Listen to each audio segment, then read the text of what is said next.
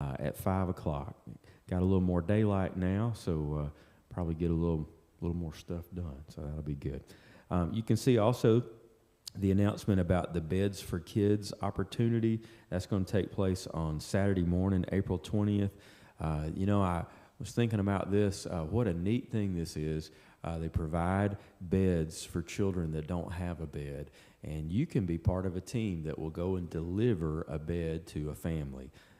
See that child's face light up. That's April 20th in the morning there. If you need more information about that, you can see Dave, our big brother Dave. You can see him for that. And then we also have a Mexico Mission Trip Spaghetti fundraiser. That's lunch on Sunday the 14th, coming up in just a couple of weeks. So I hope you'll make your plans to stick around after the second service and go down to the gym with us and support Mexico Missions. All right. Well, that's our announcements. So Brother Jim's going to come and lead us. I'm going to get out the way here.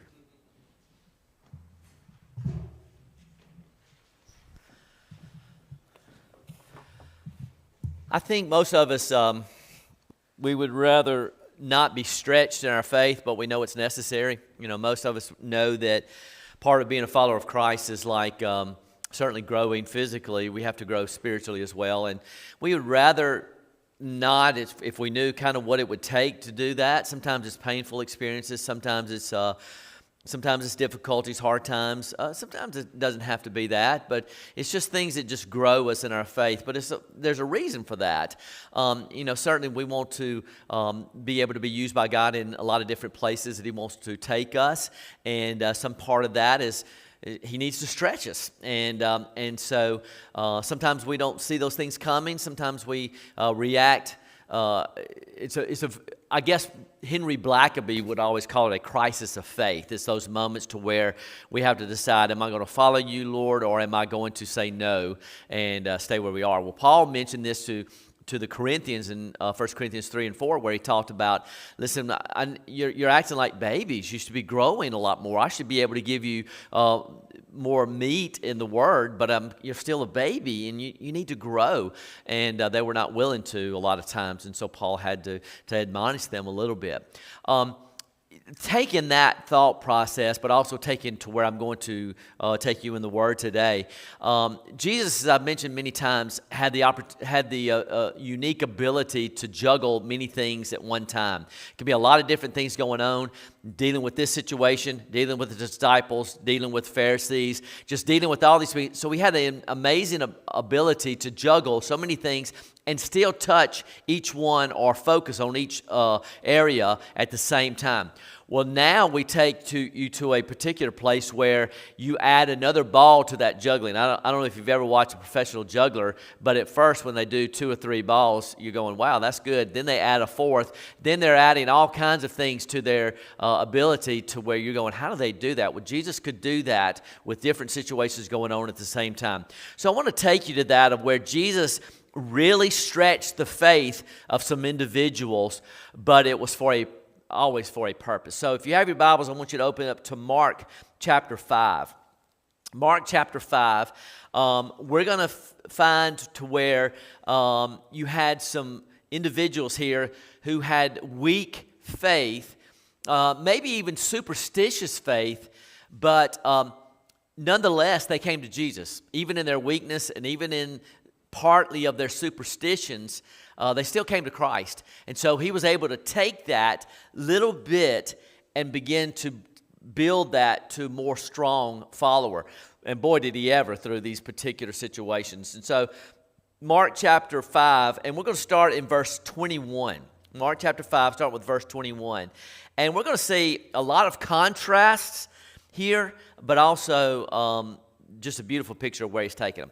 Now, if you were to take this in context in the book of Mark, you see, man, these disciples had been through an awful lot in a short amount of time. They had come off a situation on the water to where there'd been a storm and Jesus was teaching them there. Then they come on shore and they have the demoniac up in the grave, in the tombs. And so they have dealt with one thing after another. You think they're probably thinking, man, it's time to rest. But it was not going to be a rest. As soon as they come off the water, as soon as they cross back to the other side, this is what they're met with in chapter 5, starting with verse 21. So let's read it. I'm going to ask you some questions and hear your thoughts on this. Start with verse 21. Now, when Jesus had crossed over again by boat to the other side, a large crowd gathered around them while he was by the sea.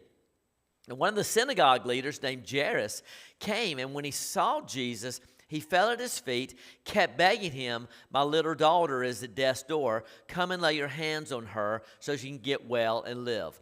Now, what immediately stands out to you that's kind of strange in that? Anything stand out to you in that? Okay, he wants him to come with him, which tells you what? You know, I mean, obviously he wants him to come to heal his daughter, but we know that, and we've mentioned this in the last few weeks, to where you remember there was one guy that came and said, "My son is dying," and Jesus says, "Go, and your son will live." Right? And so Jesus did not go with him, but the official had to ask him, "Would you go with me?" And Jesus said, "No, but your son will live." And so we know Jesus is able to just speak the word, and this daughter would be healed. Jairus is saying this. Now, what is Jairus' occupation? Synagogue leader, which would tell you what about normally these guys and their attitude about Jesus? No, not very good. Most of these guys didn't care for Jesus at all. He was coming in to take over. They didn't like it. But it's amazing what a dying daughter will do, right? What did it cause him to do? What did Jairus do right? Number one, he came to Jesus. What else did he do? Fell on his knees, man. He fell at Jesus' feet. The right posture, which communicated what to Jesus? When you get on your knees, what does that communicate? Humble, respect, the right posture. You know, there is a literal, when he comes before Jesus, he gets on his knees. Jesus is immediately recognizing, Jairus sees me for who I am. Now, I don't think in Jairus' mind at all that he's putting on air, that he's doing something just to try to get Jesus' attention. Like he's thinking, okay, if I get on my knees, this will get Jesus to come. I think Jesus recognizes sincerity in Jairus, and immediately his following at his feet and begging him communicated a boldness but a humility in that way. Jesus, I know what you can do. If you come with me, I know you're the answer to what I'm looking for. And so what happens here? So it says that he comes to him, falls at his feet, keeps begging him, "My little daughter is at death's door. Come and lay your hands on her so she can get well and live." Obviously, does Jairus have a weak faith at all? I think it would be easy for us to say, well, no, he's asking Jesus. But there's a certain amount of weakness there that Jesus is going to stretch, because he feels like that Jesus has to come with him. He must come with him. He must lay his hands on his daughter. That's the only way she can be healed. He's doing everything right, but Jesus has something to work with here. There's a weak faith, maybe a superstitious faith, but Jesus can work with it. All right, so what happens right after that? Verse 24. So Jesus went with him, and a large crowd was following and pressing against him. What does that tell you about what's Jesus working through? It's a mass amount of people, right? So there are people everywhere. I always kind of think of entertainers who are coming in, everybody around them, or we see somebody that's got this star, maybe there's some kind of star in the world's eyes, to where all these people are pressing around him. Well, Jesus had that celebrity feel. People are just kind of around him to watch. But look at what happens in verse 25. All of a sudden, the story takes a quick detour. Everything is in line. Let's just pause here for a moment. From Jairus' sake, everything is working according to plan. I've come before Jesus. Everybody's here. It's a mass amount of people, but I've got Jesus' attention. That's number one, what I wanted. Secondly, I'm begging him to come. Jesus says, yes, I will go. So I can see Jesus is right here. Jairus is saying, okay, my daughter's this way. Follow me. So they're following this way, and Jesus behind. everything is working according to plan. We're going to get there. He's going to lay hands on my daughter. All is going to be well. Then all of a sudden, this story takes a quick detour that had to have caused Jairus to go, what in the world has just happened? Everything has changed. So look at verse 25 here. It seems like a separate story, and it is. A woman suffering from a bleeding for 12 years had endured much under many doctors. She had spent everything she had and was not helped at all. On the contrary, she became worse. Having heard about Jesus, she came behind him in the crowd and touched his robe. Now let's stop here for a second. It's like Mark has lost his train of thought. It's like he says, wait. You know, we're reading the story and we're going, wait. I thought you were talking about Jairus, and now you're talking about this woman. Mark, you need to keep your focus here. You're getting off. You're off. Basically, we're talking about Jairus, right? And he throws this story in here in the middle of this. Now, what's going on in this new story? What is it about this woman? What is her problem? What is her situation?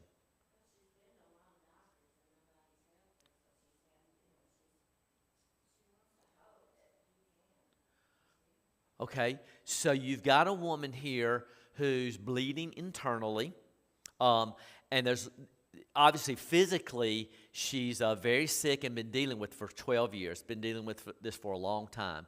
If she spent all her money, it tells you she's out of funds. She has nothing left. She is at the bottom financially. But what else does this tell you about her situation? What else does this affect for her to be internally bleeding?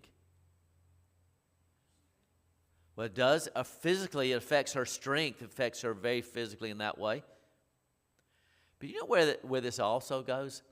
Because of her illness right here, according to the law, she's ostracized from everything. She's ostracized from going to the synagogue.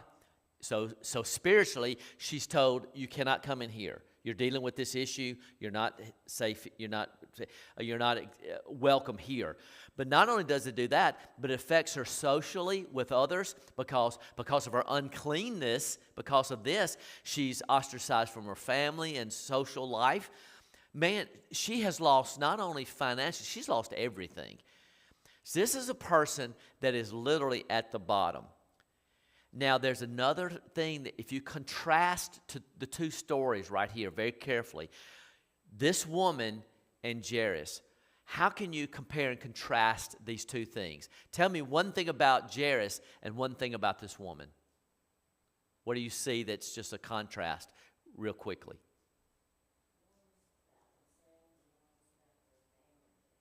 Okay, could be. One is about self and one is coming up about dealing with something that's going on with her personally. The other is about a family member. What else do you see? Okay. Okay, so she knows that if I can just touch him, I'll be healed. He's saying, hey, you got to come. Okay, what else do you see? What has Mark mentioned about each's name? One is Jairus, and the other is, what's her name? We don't know, woman. That's all we know, woman. You know, really what this says a lot, Jairus has this high position, well respected in the community, synagogue leader. It was literally like the pastor of the town. He's the guy. So in every way, he has an important thing. What about this woman? We don't even know her name. We don't even know nothing about her. She's really on the outside looking in. Now with the sickness, she is really on the outside. She's poor. She has nothing. She has no family supporting her. She is all alone. So you have two distinct pictures. Mr. Important here and Miss Not Important right here. You have two people.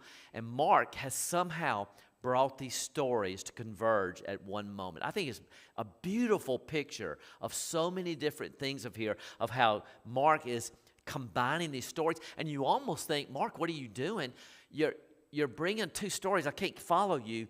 And yet he's doing this on purpose because he wants us to see a complete picture, not only about these two, but most importantly about who Jesus is, because he's going to deal with each. So each have an incomplete faith, this woman. But let's look at what this woman does. She is at the bottom, and she's become worse in her life. But look at verse 27. Having heard about Jesus, she came behind him in the crowd and touched his robe. For she said, if I can just touch his robes, I'll be made well. And instantly her flow of blood ceased, and she sensed in her body that she was cured of her affliction. Now, get the picture of what's happening. They're going along here. They're headed to Jairus' house. Everything is working according to plan. This woman has heard about Jesus, sees the crowd, works her way. She's gonna go and reach out. She touches Jesus' robe. Immediately, she feels her body strengthened. She feels that illness gone. What is her intention at that moment? What does she want to do? Sneak away. She wants to slip in, slip out. Nobody will be the wiser. I'll reach in, touch Jesus, and I'll slip back out. Nobody will ever know. It's the perfect thing to get my needs filled, but I don't want to have to deal with anything else. Now, there's probably a lot of reasons why she wanted to do it that way. And I'll just ask you, why do you think? Why do you think for her, she wanted to just go in, touch his robe, and get out? Why do you think she would want to do it that way?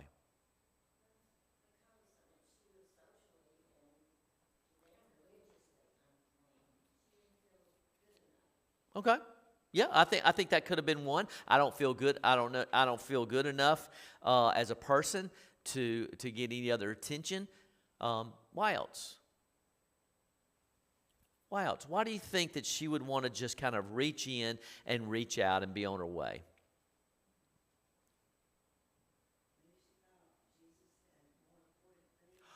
Absolutely. Absolutely. He's going with Jairus, an important man. I don't want to bother him. He's got a lot more important things to do, so we'll just let him on his way. Can you think of anything else?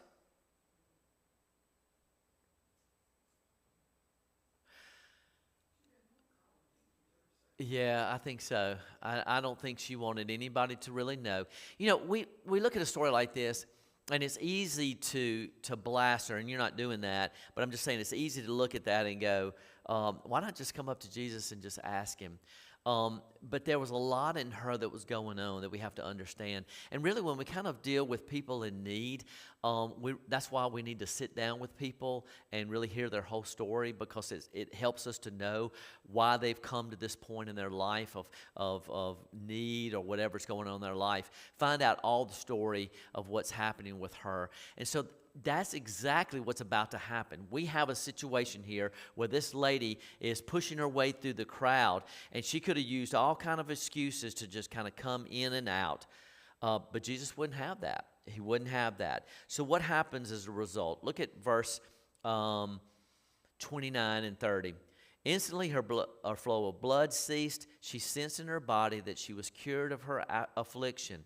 At once, Jesus realized in himself that power had gone out from him. He turned around in the crowd and he said, "Who touched my robes?" Now, what is unusual about that, about those verses right there? He felt power go out of him. Didn't mean he got weak, but he knew what? Yeah. But what is interesting about this? What does it say? What did it tell us earlier about the crowd? My translation said they pressed on him. And if you look at the original writing of this, it says they were crushing him. In other words, he couldn't get through the crowd. People were all over him. I mean, people were bumping into him. He was running into people. They were trying to get through. So Jesus is being touched the whole time. His robe is being touched. But he knew immediately something different had just happened. What was the difference? What made the difference in why Jesus stopped? Yeah. the touch, what the touch meant. All these other people were bumping up against him. They weren't going, I need healing, I'm going to touch Jesus. But only one was reaching out in faith, right? Only one was reaching out in faith to touch him because she felt like if I can just touch him, I'll be made whole. So it was the touch that made the difference. So he asked, who touched my robes? In essence, he was basically saying, who just reached out to me in faith to try to get healed? Because I felt it come out of me. I felt immediately what happened. And look at what the disciples' response.